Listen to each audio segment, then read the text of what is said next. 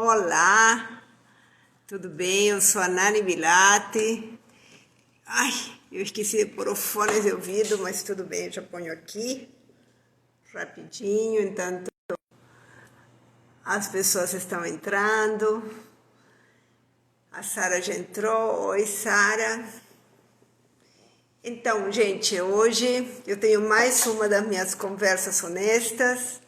Essa série de lives que eu comecei a fazer querendo discutir de uma forma mais no cotidiano as questões que eu trato no meu blog e as questões que têm a ver com os tempos de escolhas, como eu tenho chamado, tá? É um tempo, o tempo de escolhas, nós estamos vivendo um tempo de bastante transição de valores. Eu acho que eu venho escrevendo sobre isso há bastante tempo.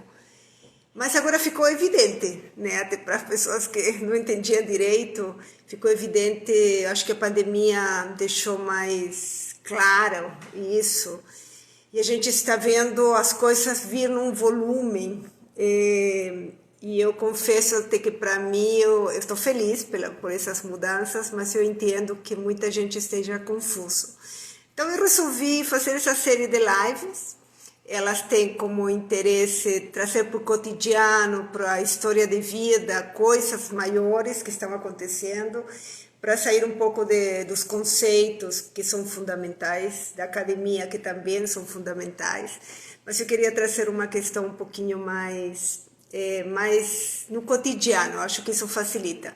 Eu só queria saber se vocês estão me ouvindo bem, porque como eu coloquei agora o fone de ouvido, eu não testei, eu esqueci de colocar, eu não sei se alguém faz um sinalzinho para mim, dizendo se está dando para me ouvir direito. O Vander chegou aí, o Rodrigo.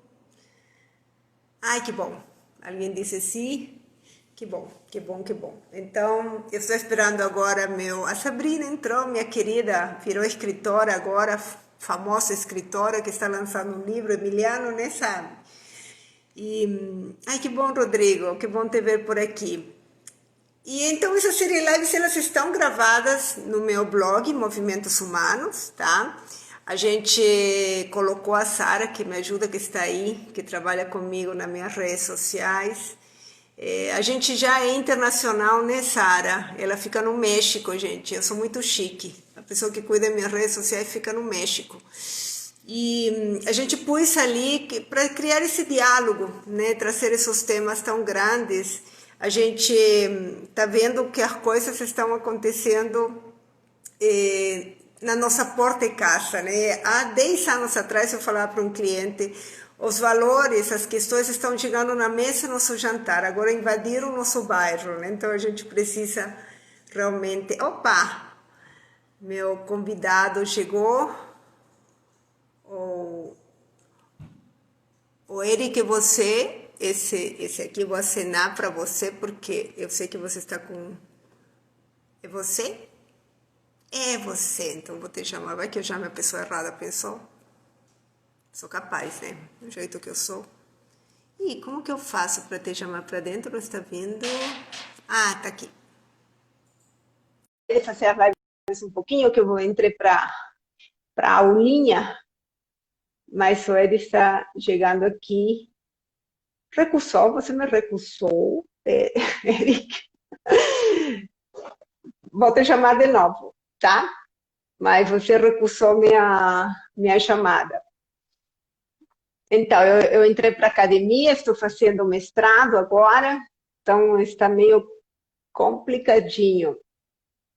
Eric, então tá bom, querido. Vamos ver se você...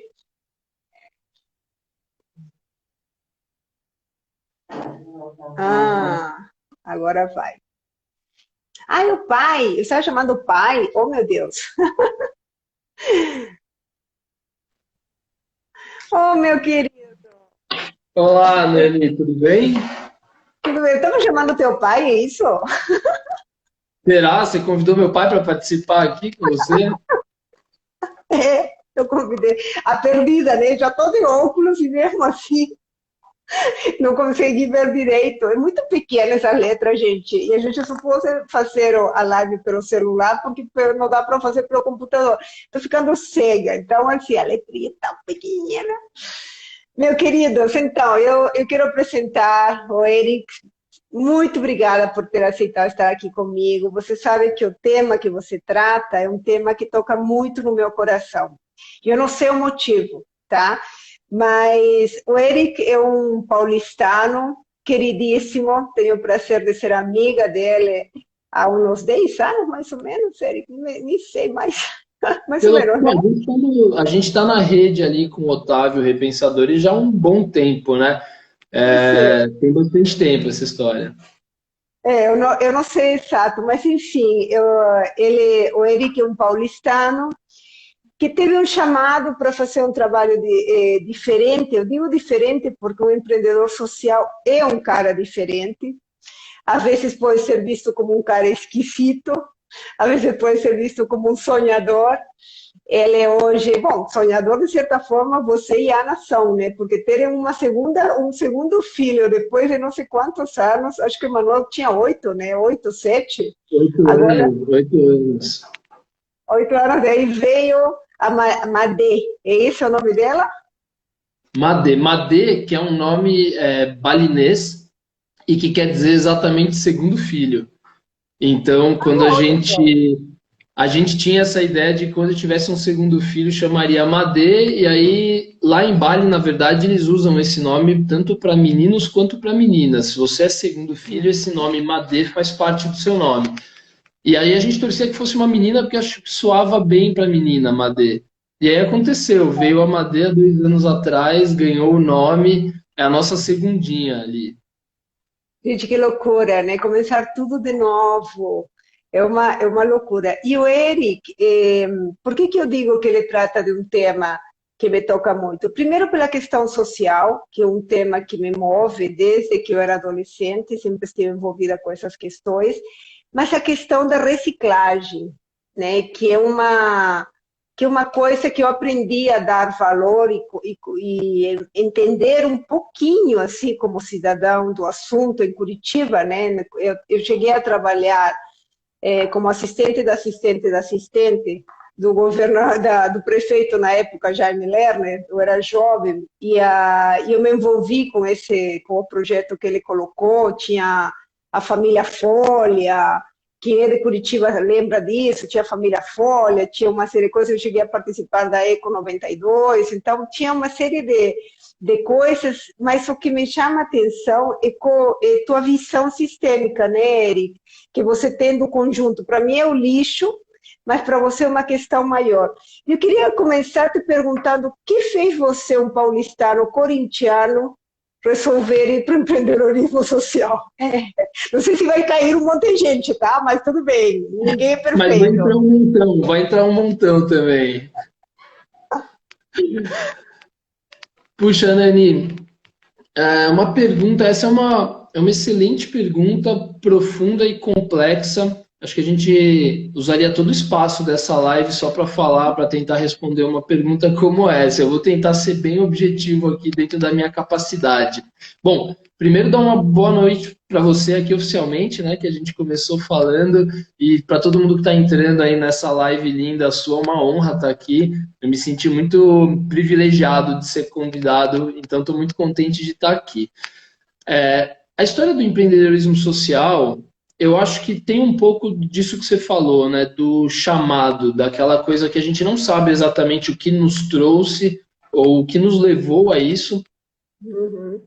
E quando no dia a dia você se vê tendo que matar tantos leões todos os dias, você de novo coça a cabeça e fala: caramba, o que foi mesmo que me trouxe aqui?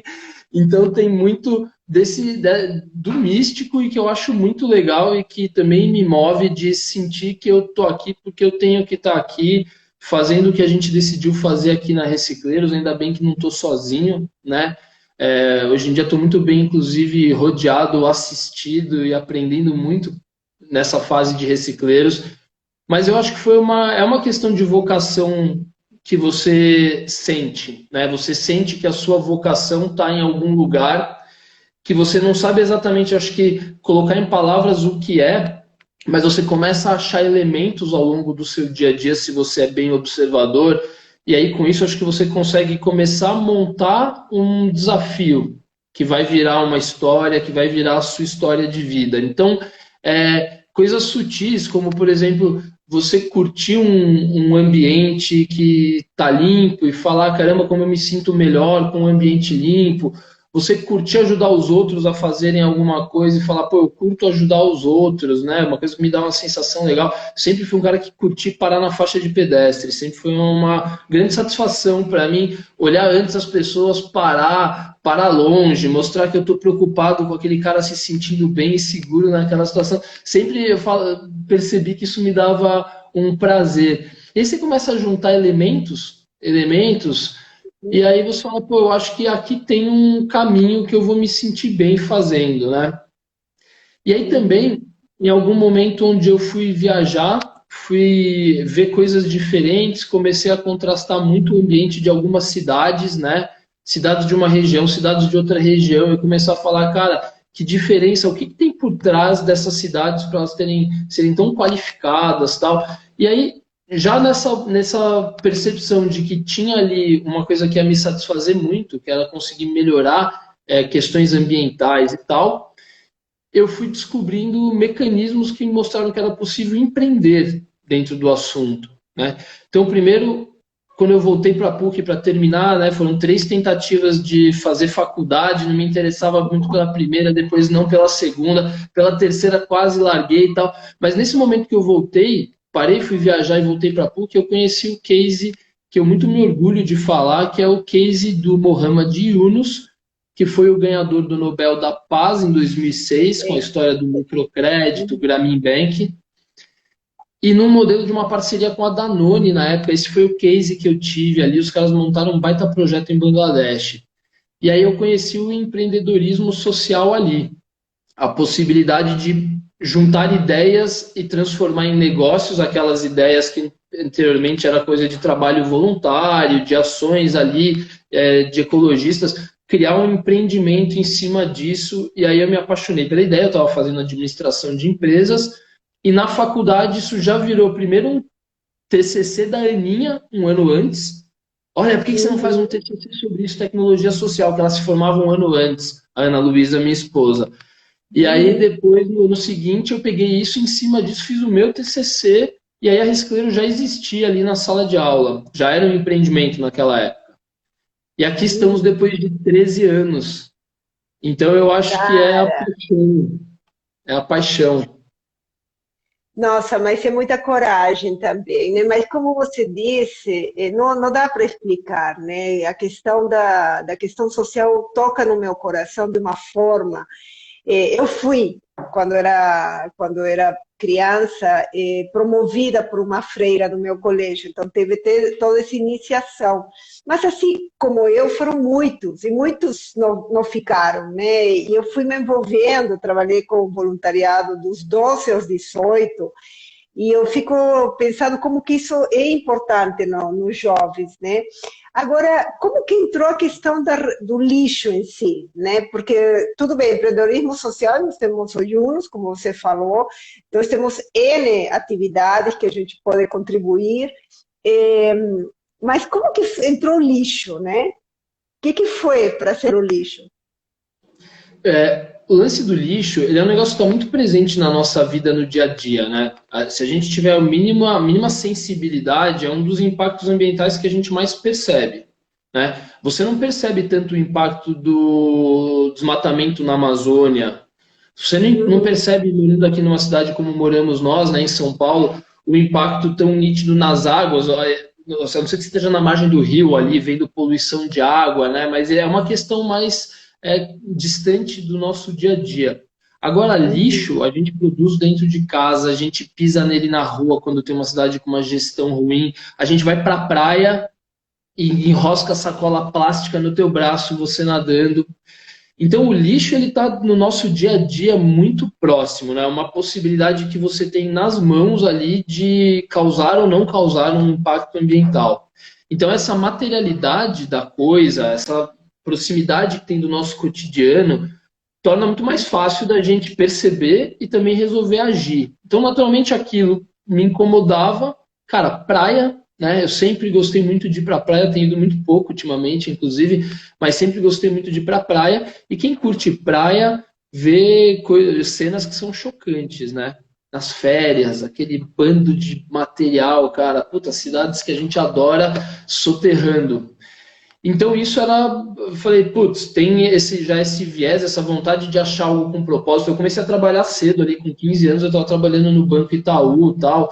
E aí então, tipo, mais cedo eu tive a chance de pensar em trabalho com propósito. Mais cedo eu fiquei estafado com a coisa sem significado. Então eu tive essa sorte. Quem começa cedo pensa mais cedo e tem mais tempo para mudar de rumo. E aí, então, naquele momento, somou isso com o lance do Brasil tá chegando o debate já era mais forte, mais aquecido e tal. E aí Que eu ano que tive era esse, mais ou menos? Você lembra? 2006. 2006, já é. 2006. E aí eu tive um clique em algum momento com um grande amigo meu, que eu espero que ele esteja aqui nessa live, Daniel Arenas, um cara que é meu irmão, que mora hoje ali no Texas, nos deixou aqui, mas ele é a gênese também da Recicleiros. E aí a gente Uhum. falou, cara, evento, estava rolando muito evento no Brasil, vamos tentar juntar essa história toda, vamos fazer o primeiro trabalho de uma empresa que nem existia, né? E a gente pegou um evento e fez a história de vamos cuidar do lixo para ele ser reciclado e com isso a gente consegue trazer pessoas, né, em estágio de vulnerabilidade para trabalhar contratado dentro do evento. Pô, isso aí existe um conceito, pagamento de serviço ambiental. Vamos pagar para aqueles caras que vinham tentar revirar para achar umas latinhas no meio do lixo, que a gente tanto vê por aí. A gente falou, não, a gente monta um sisteminha, contrata esses caras, bota uma boa sinalização, umas lixeiras, tal, e faz a coisa acontecer de uma outra maneira e os caras ganharem um dinheiro, tal. Puta, é isso até hoje.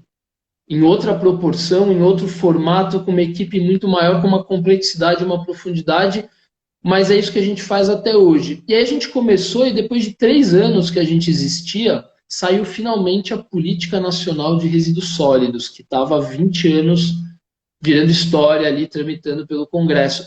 E aí, então, a gente falou, opa, peraí, agora tem uma lei federal, dá para a gente chegando mais perto do nosso sonho original, que é desenvolver isso nas Uhum. cidades brasileiras. Então, a gente está conseguindo hoje caminhar cada vez mais perto do sonho original. A gente foi sendo resiliente, foi se mantendo, e estamos aqui agora para isso. Mas você, quando começou, então, você falou uma coisa que quem curte praia, é, eu até escrevi essa semana um texto sobre a nossa pluralidade, né? A gente está cada vez mais plural e assumidamente plural, porque, de certa forma, se não éramos plurais, no passado a gente já era diverso, mas escondidos entre quatro paredes, né? A gente fingia na rua e por dentro era outra coisa. Agora não, agora a gente assume, vai. Então, essa pluralidade torna difícil a gente falar de uma forma genérica mais, né? A gente tem que se organizar. Então, eu fiquei pensando, quem curte praia e ama a natureza, né, Eric? Porque tem muita gente que curte praia e está largando as garrafas ali, está largando. O Nélio sabe, eu sou a chata da sacolinha, eu vou com uma sacola, eu cato até o lixo ao redor da minha areia, não sou meu. Eu vou fazendo isso, né? Mas você acha muito, porque as pessoas têm uma noção de propriedade pública é, muito, sei lá, Versalhes, talvez todos nós tivemos uma encarnação em Versalhes que soltavam pelas janelas os lixos e caía na cabeça das pessoas, não sei, porque é impressionante, né? E eu estou te falando de estratificação social qualquer uma. Não estou falando de, né, porque a gente associa esse tipo de comportamento menos cidadão para as classes menos cultas, vamos dizer assim, portanto, classes que talvez tenham menos acesso à educação, mas não é, não. Então, assim, eu acho que você já tinha uma ligação com a natureza, né, Eric? Uma coisa diferente do cuidado, do entendimento.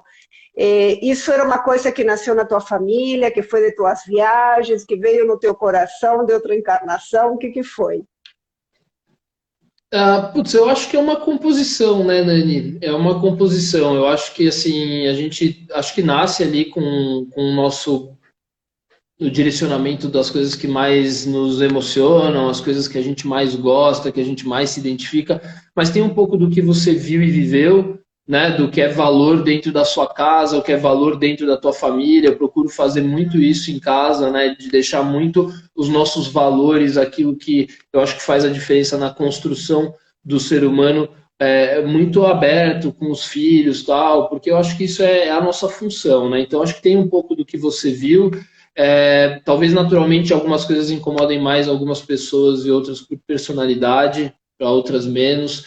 Então acho que tem tudo isso. E eu acho que esse é um tema que que exige desenvolvimento, né? O tema do lixo, na verdade, o lixo, na verdade, é um indicador de um traço da personalidade, de um nível de desenvolvimento cultural, né? Tecnológico, social, e isso reflete no lixo, isso reflete na nossa atitude com os outros, né? Nos preconceitos, tantas coisas que estão em desenvolvimento, que essa questão ela é mais uma questão que a gente precisa ver, desenvolver e trabalhar para isso. Então, assim, falta um monte de componentes ainda para que a gente possa se ver como uma sociedade mais civilizada e livre dessas mazelas, né? Então, falta o quê? Putz, falta legislação. A gente tem uma lei nacional do tema agora com 10 anos e cheia de forças de vários lados, assim como nós na Recicleiros, ou sociedade civil, ou empresas, um monte de gente tentando fazer essa lei ficar cada vez mais forte, pegar, ela começa a desenvolver mecanismos. A gente precisa se desenvolver culturalmente, né? A gente precisa perceber o problema para conseguir se desenvolver. Então, o impacto do lixo no nosso Brasil, em ambientes naturais, nas cidades, a gente ainda tem 60% das cidades cavando buraco e enterrando lixo de maneira completamente criminosa, né? Por falta de 60%. 60%. Isso representa 40% do total de lixo produzido nas cidades brasileiras indo parar em lixões, em áreas ilegais, em terrenos. Assim, então a gente está falando de amadurecer legislação. Para amadurecer legislação, a atitude das empresas, a atuação das empresas, a atuação dos governos, do Ministério Público, tudo que é tão importante depende da nossa percepção sendo desenvolvida, né? Então, acho que todos os preconceitos que a gente fala, racial, de gênero, uso da água, o jeito que a gente escolhe comprar e consumir, né? Hoje você consome ali, numa época de pandemia como essa, você consome o seu delivery, né, a sua entrega de comida em casa, você olha para aquilo, eu acho que para algumas pessoas você fala, meu, caramba, uma sacolinha com adesivo, com uma caixinha, com um papel, com um plástico, com o sachê do condimento. Talvez tenha pessoas que nem percebam isso. Aí tem O pessoa que que acham percebe. ótimo. O que acham ótimo, porque acham super higiênico. Exato. E aí, assim, pô, eu entendo que essa parece uma opção muito higiênica, mas ela é a mais higiênica porque a gente não parou para desenvolver as outras num nível de higiene que seja satisfatório, né? Então, não tem opção. Então, isso mostra que falta outra coisa, falta tecnologia, falta produto, falta serviço para a gente poder usar também de uma maneira diferente. Hoje, se você for comprar comida em casa, você vai gerar um baita monte de lixo, a maioria deles, né, de embalagens de muito pouco valor, de, né, aqueles plásticos expandidos, né, pessoal, a gente chama de isopor, tal. Então, falta um monte de coisa, é um aspecto estrutural. E é por isso que a gente aqui decidiu trabalhar na base, na infraestrutura, desenvolver política pública para ajudar a construir essas políticas públicas, participar ativamente, criar referências, fazer as coisas para que isso sirva de modelo.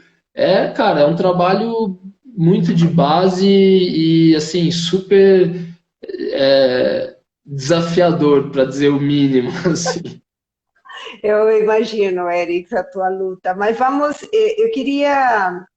Você falou da quantidade de lixo. Sabe que nessa pandemia teve dias que realmente aquilo me incomodava num nível. Como me incomoda? Eu periodicamente vou no Santa Luzia. Vou falar teu nome porque eu acho que se alguém vê e conhece, é uma dica, me dá um nervoso. O produto já vem com o plástico dele, com a embalagem dele. Eles põem ainda um isopor e mais um plástico em cima. Para quê, né? Ou seja, qual que é o conceito? Qual é a visão de mundo desse povo? Olha, tem dia que saio de lá muito nervosa, porque realmente você vê as pessoas consumindo aquilo, vai comprar 2 mamões, aí são 2 mamões colocados em isopor com plástico, com etiquetas, e a gente acha isso, sei lá, chique talvez, higiênico, sofisticado. Qual que são os valores inseridos nisso, né? E isso vai parar, como você falou, num lixão, né? Quão sofisticado eu sou que eu crio esse lixão. Mas me fala um pouquinho primeiro dos catadores de lixo. Como que é a mecânica com eles? Cara, primeiro assim, quem são essas pessoas, né? O que é essa profissão? A gente hoje tem essa profissão reconhecida no Código Brasileiro de Ocupações, né? Então, isso é uma profissão hoje reconhecida, o que é muito legal. Cria gatilhos. Isso é uma profissão reconhecida. Não há muito tempo, se eu não me engano, até pedi uma cola aqui para o Rafa, que está do meu lado, 2015, Rafa, que essa profissão foi reconhecida no. Acho que é por aí, por aí. Então, isso é muito importante e torna isso uma profissão. Então, quem é catador? Hoje, qualquer pessoa que quiser trabalhar com essa profissão.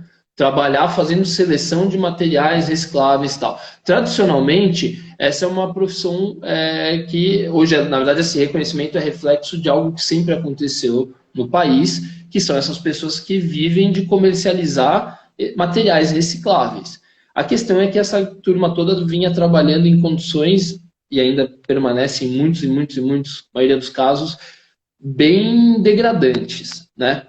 Então, hoje, com esse reconhecimento, com a Política Nacional de Resíduos, a gente pode trabalhar uma qualificação desse posto de trabalho.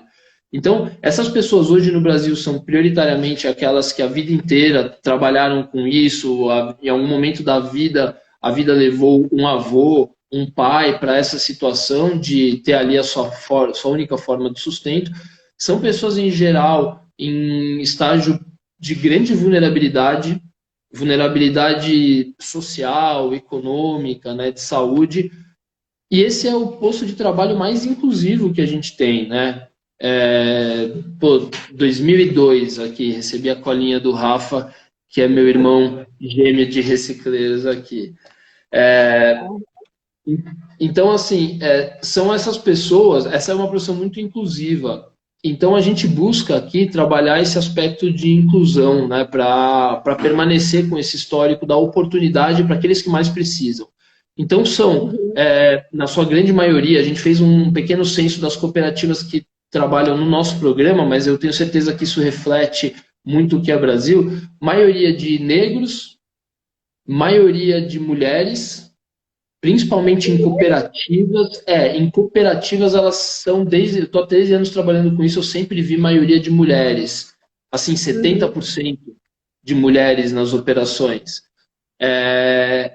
E são essas pessoas que não tiveram acesso à escolaridade ou que sofrem de preconceito por serem minorias. Então, pessoas trans, os gays, pessoas que são egressos do sistema carcerário, idosos. Então, assim, é uma profissão que abre as portas para essas pessoas que mais precisam, e aí a gente tem que conseguir fazer com que isso seja menos doloroso possível. Hoje é muito doloroso. Hoje essas pessoas trabalham com o material que ninguém separa direito, na maioria dos casos, em condições de infraestrutura para trabalho muito precárias. Saúde e segurança no trabalho é uma coisa que passa longe. Férias não existe, né? Previdência. Então, esses caras eles têm que ser tratados como agentes ambientais, e a gente precisa conseguir desenvolver essa função para que ela seja segura, que tenha uma remuneração adequada, para que ela proponha plano de carreira. Então, acho que isso é uma forma também de respeito ao próximo e de entendimento de quanto essa profissão, inclusive, ela pode ajudar a resolver o lixo no Brasil por meio da inclusão socioprodutiva como principal gatilho, a gente ajuda a resolver um outro problema, que é o do desemprego e das pessoas que hoje são 13 milhões abaixo da linha da pobreza no Brasil. Então, isso é um pouco a nossa bandeira aqui do o quanto a não mecanização em situações onde ela é ideal, existem muitas situações onde a não mecanização é ideal, que ela seja um elemento de inclusão social, geração de trabalho e renda. Perfeito, perfeito. Nossa, isso é fundamental. Que interessante, eu não tinha pensado eles como agentes ambientais. Nossa, Eric, isso é muito forte. E é verdade, né? Eles fazem esse papel. Mas o catador de lixo que a gente vê na rua é o mesmo cara que está na cooperativa trabalhando? Como que é o sistema? Geralmente não. A gente tem uma estimativa de cerca de 1 milhão de catadores atuando no Brasil. Esse número ele reflete uma grande informalidade também. Então, em épocas de crise econômica como a gente está, a tendência é que esse número aumente muito. É isso que eu falei, né? Quem é o catador? Eu vou para a rua, estou sem trabalho e vou tentar tirar material reciclável das ruas, né? Eu me tornei um catador, eu estou engordando esse número. Mas existe uma estimativa que um pouco mais de 80% desse número, desse milhão, nem esteja organizado em associações e cooperativas. É esse número que está ali nas ruas, puxando carroça, ou nos lixões, nesse monte de lixões que eu falei que a gente tem ainda no Brasil. Esses são maioria esmagadora. E uma pequena parte está organizada em associações e cooperativas. Esses que a gente vê na rua, geralmente coletam material reciclável ali e levam para vender num intermediário, num sucateiro, em alguém muito próximo ali que paga o dia a dia ali, né? O almoço, o jantar, a semana, alguma coisa assim. E então esses caras, eles estão ali naquela informalidade em cima provavelmente daquele resíduo que não foi descartado seletivamente em nenhum sistema e que acontece muito no Brasil inteiro. Geralmente as associações e cooperativas estão trazendo com alguma estrutura ou recebendo das prefeituras, né? Pensando nas cidades menores do Brasil, para você conseguir imaginar o que realmente é isso, né? 98% das cidades brasileiras tem menos de 180 mil habitantes. Então, esses caras ou estão recebendo ou estão coletando com um veículo na rua e estão ali processando nessas cooperativas, associações em galpões. O trabalho que a gente propõe é conseguir criar infraestrutura de saneamento mesmo, políticas públicas, para conseguir propor a organização disso, né, a sistematização disso, que isso faça parte do serviço público de limpeza urbana, a coleta seletiva, o encaminhamento desse material para locais com infraestrutura adequada, e aí então essas pessoas trabalham lá dentro em condições mais dignas e seguras, e o sistema ele para de pé sozinho pela simples escolha de fazer assim. Ele é viável economicamente. Ele se paga uma boa infraestrutura, com processos bem elaborados, como o que a gente trabalha aqui, você consegue produção e produtividade suficiente para o sistema se pagar com mecanismos de mercado. Tem ajustes para fazer, tem coisas, mas a mágica da coisa é que você põe de pé e aquilo vira um empreendimento social daqueles catadores, e esses caras vão fazer a coisa andar. Eles vão ser sustentáveis, vão conseguir tirar a renda muito maior do que a média do Brasil, que é de R$ 500 por mês, R$ 570 por mês para um catador. E isso é porque tem na região sul e sudeste números bem maiores do que esse, né? Às vezes o triplo disso, e aí média é média. Mas você vai para o norte, nordeste, centro-oeste, você vai achar um monte de catador trabalhando por 100, 150, R$ 200 por mês. Eita. Eita mesmo. Você teve uma época, quando a gente se conheceu, você estava mais envolvido com as empresas, daí você caminhou para prefeituras. A gente conseguiu, Nani, criar uma... A gente brinca que a gente está sentado em cima do muro de Berlim nesse momento. Então, empresas, a gente sempre trabalhou com empresas, né?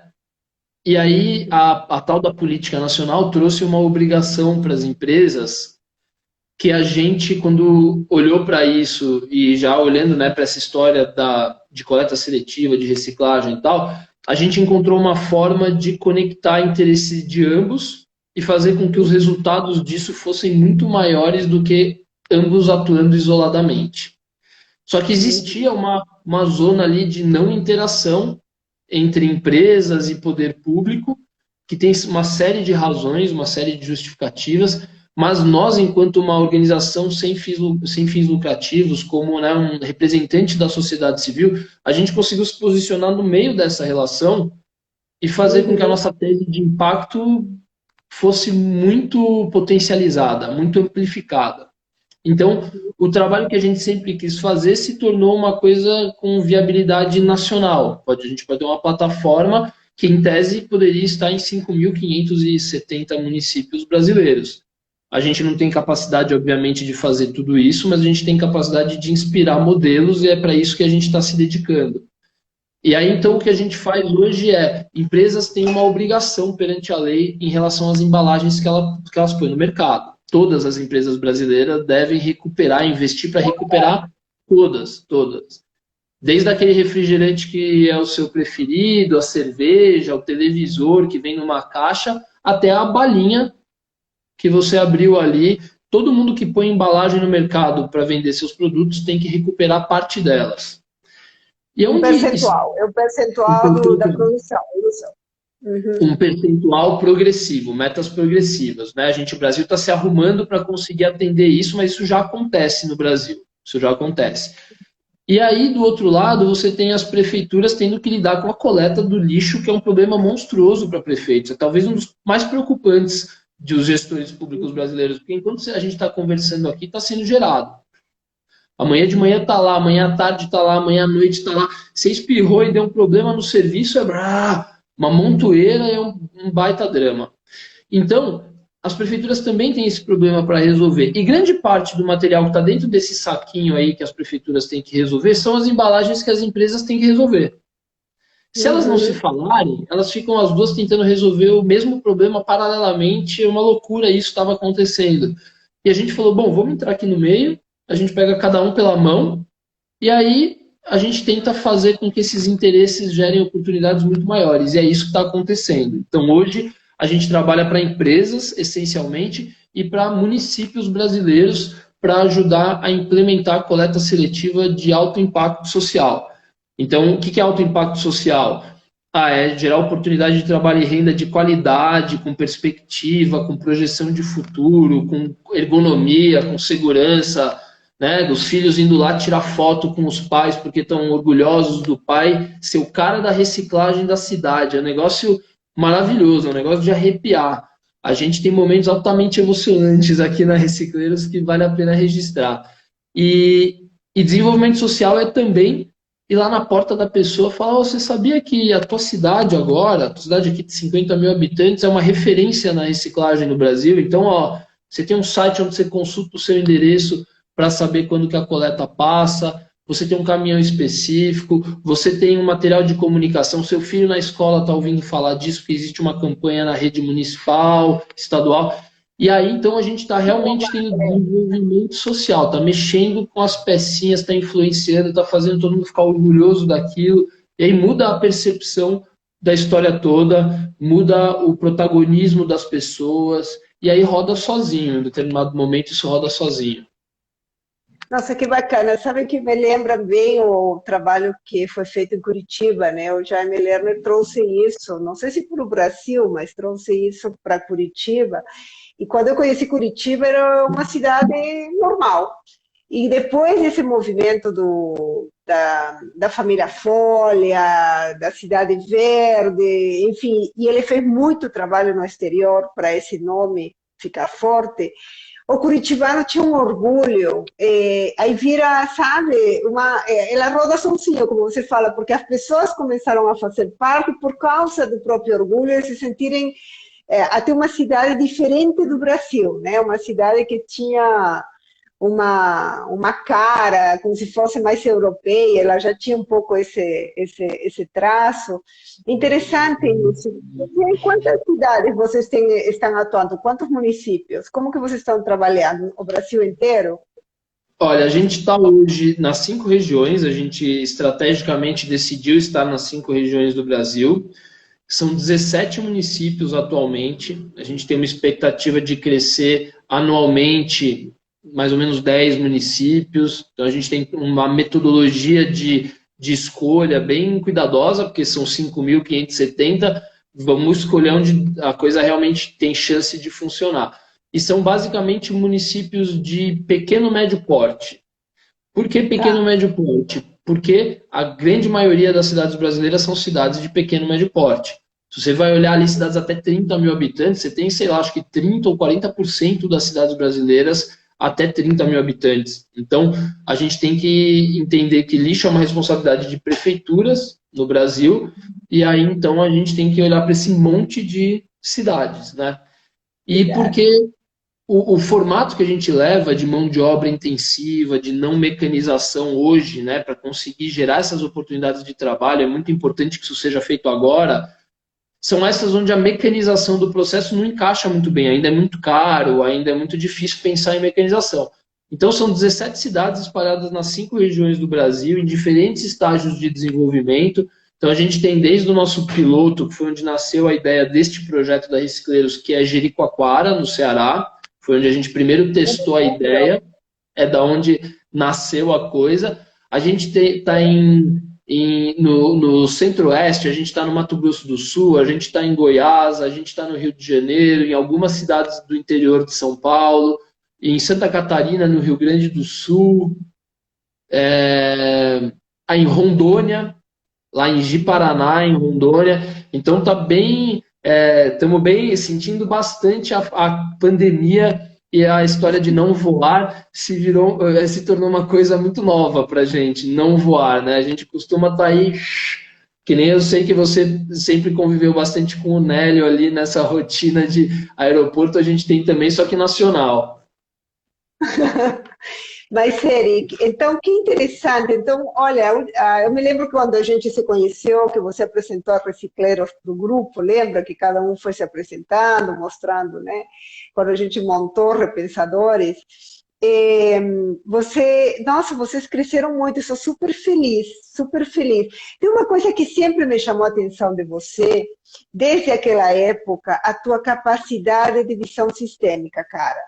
Ou seja, você não tratava, você entendia o processo todo, né? Você conseguia entender que não era uma coisa só, você entendia que as coisas tinham, elas influenciam diversos setores da sociedade, do setor público, privado.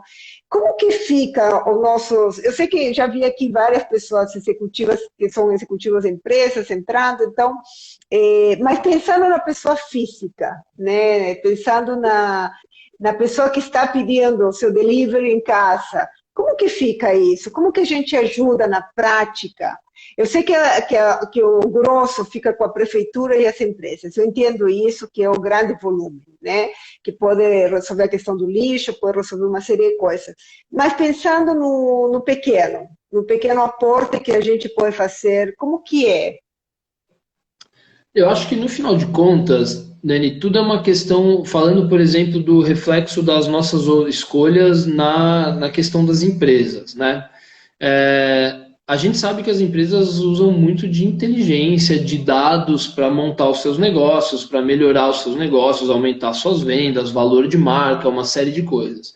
Então, eu acho que as coisas estão postas do jeito que estão, porque isso reflete as nossas escolhas, né? Então, assim, eu vou vender mais.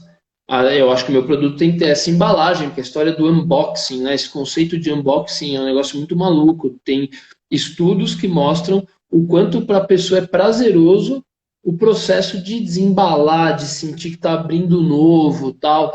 Então, cara, se isso pode me dar 40% a mais de receita num produto, eu não vou gastar mais $3 para trazer uma embalagem da China para essa embalagem.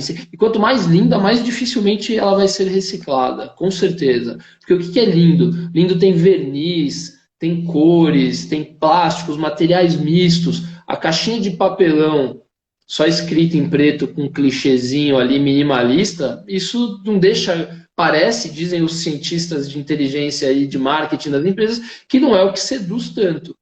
Então, o que é isso? Pô, a gente escolheu isso. Isso estão lendo na gente, nós consumidores, que isso gera valor. Então, no final de contas, o que vai gerar a mudança é a nossa atitude, são as nossas escolhas. E aí, beleza, quanto tempo a gente vai esperar por isso? Putz, eu espero que tenham tantas organizações entendendo como ganhar dinheiro fazendo isso, como a gente está aqui criando, que essa é a grande sacada e o grande barato do empreendedorismo social, né? Eu preciso fazer uma empresa existir, gerar receita, acontecer, que é o que somos nós aqui hoje, fazendo, cumprindo a minha missão estatutária. Vai lá ler qual é a minha missão estatutária. Eu tenho que gerar trabalho e renda e reciclar e desviar material de aterro. Não tem jeito. Então eu preciso fazer isso muito bem, porque daí eu consigo fazer o negócio existir. Então, se você tem empreendimentos sociais, ONGs, nesse tipo de formato de empreender, né, tal, a gente vai ter mais força para trabalhar educação alternativa nas escolas, para criar novos programas de YouTube que possam ser muito legais e disruptivos, e programas de coleta seletiva que interagem com a população. E a gente tem que fazer a roda girar mais rápido do que ela giraria normalmente, porque senão a gente vai perder o time, né? Então, no final de contas, eu acho que é tudo reflexo das nossas escolhas, né? Ou que a gente é influenciado a escolher assim e acaba escolhendo assim, ou porque outras coisas estão nos fazendo tomar aquela atitude. Então, refletir, entender o problema, existe um problema, e que a gente tem que ser parte da mudança, né? Porque senão, se a gente não decide mudar, não se manifestar, não ligar, não postar, não mobilizar, não criar soluções diferentes.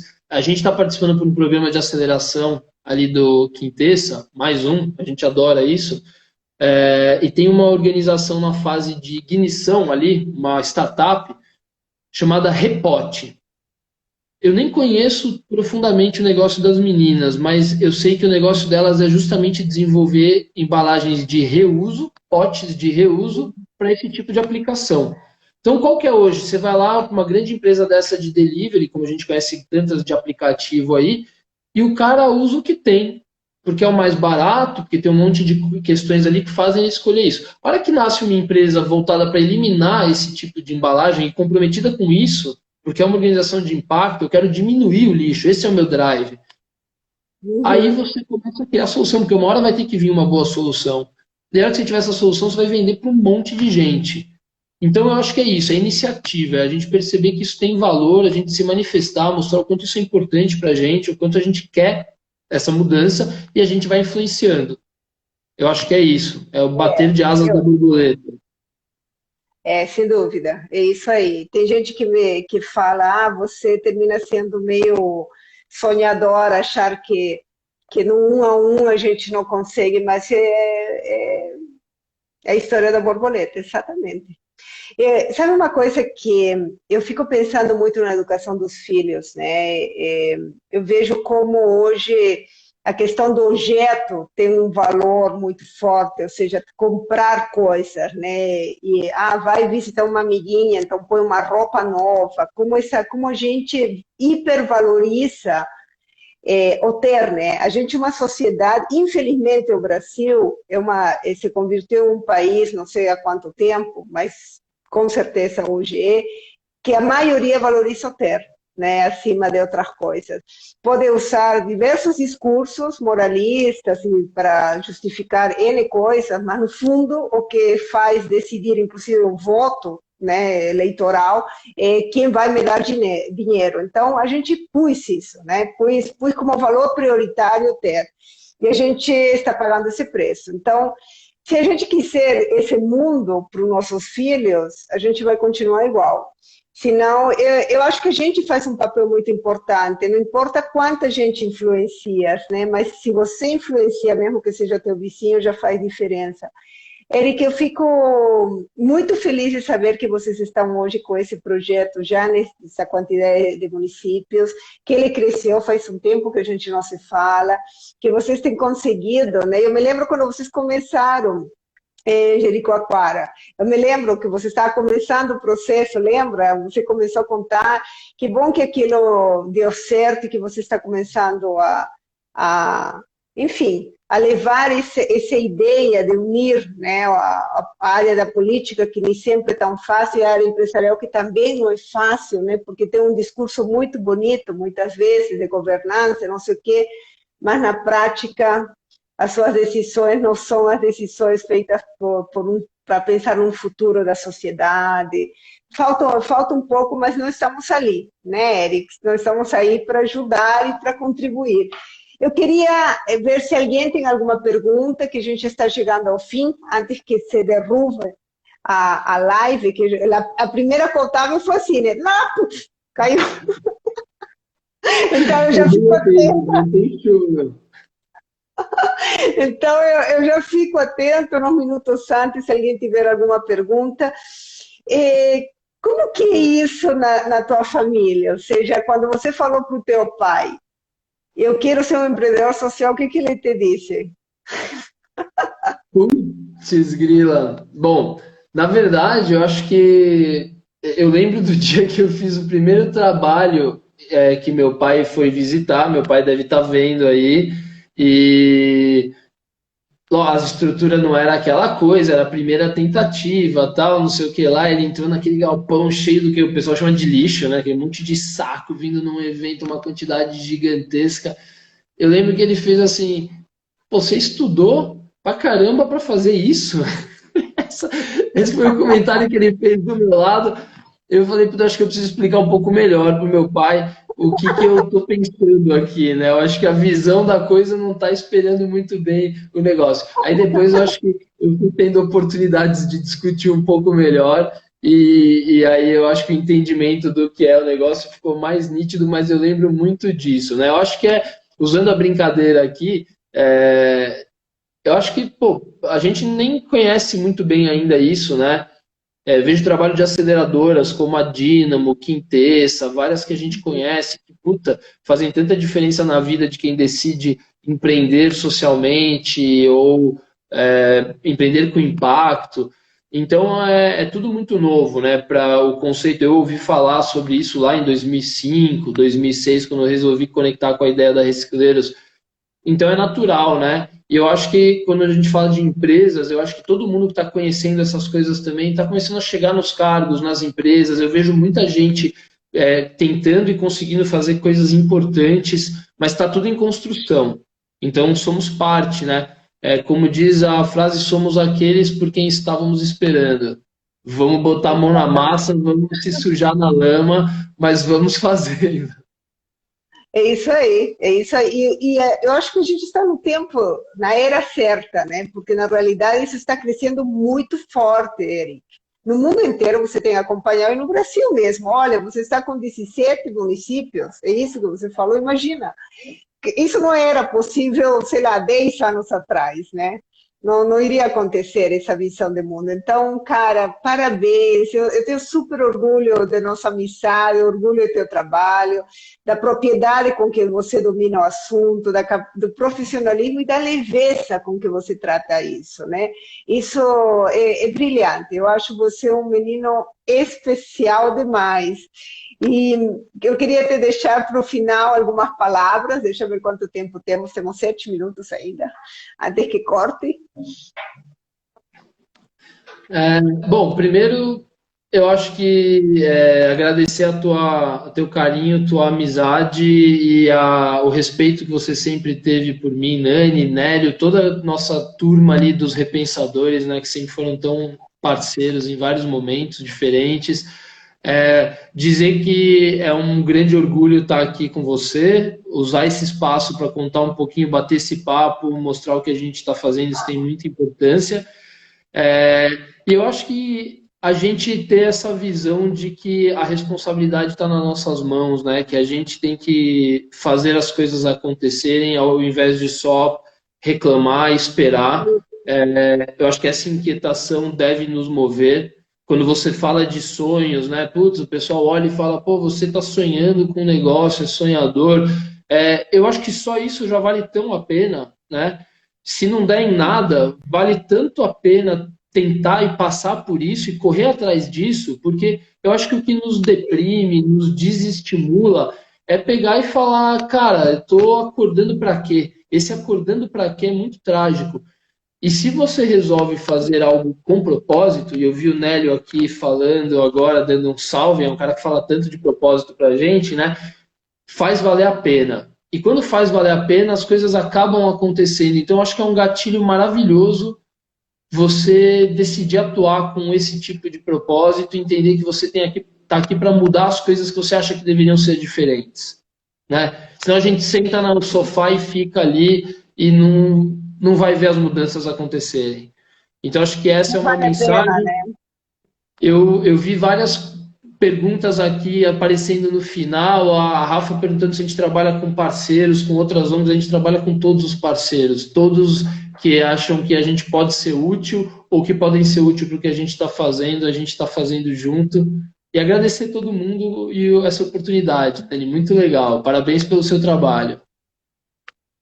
Ele, querido, eu quero te agradecer novamente, quero dizer a todos que essas lives, essa série de lives, que tem o propósito de trazer para o cotidiano temas que mexem com as nossas decisões de valores, com esse momento de transição de valores que a gente está vivendo, vai ficar gravado, estão gravadas já, lá no meu blog, Movimentos Humanos, e também, Eric, que eu envio essas lives para alguns clientes que eu vejo que tem a ver com o tema, porque você foi assim super didático, né, na questão de como que é o sistema de reciclagem no Brasil. E eu acho que tem gente que não consegue entender ainda esse processo. Que mais séries surjam por aí, que a gente possa ter vida longa para recicleiros. Super feliz de ter você, meu querido. Obrigada. Eu que te agradeço, Nani. Beijo, quero mandar um beijo para minha irmã, que ficou o tempo todo aí também, meu pai, que eu vi a Aninha, vi minha mãe, então estou contemplado e feliz de participar com você. Deixar um beijo para todo mundo, beijo Nélio também, que está aí, demais. A Júlia também eu vi subir aí, Margot, E altamente Júlia, qualificada Margot. audiência. Sim, eu vi o Gilles também de Curitiba, ele sabe muito bem da família Folha. Beijo, meu querido. Obrigada por tudo, viu? Tchau, Nani, um beijo. Beijo.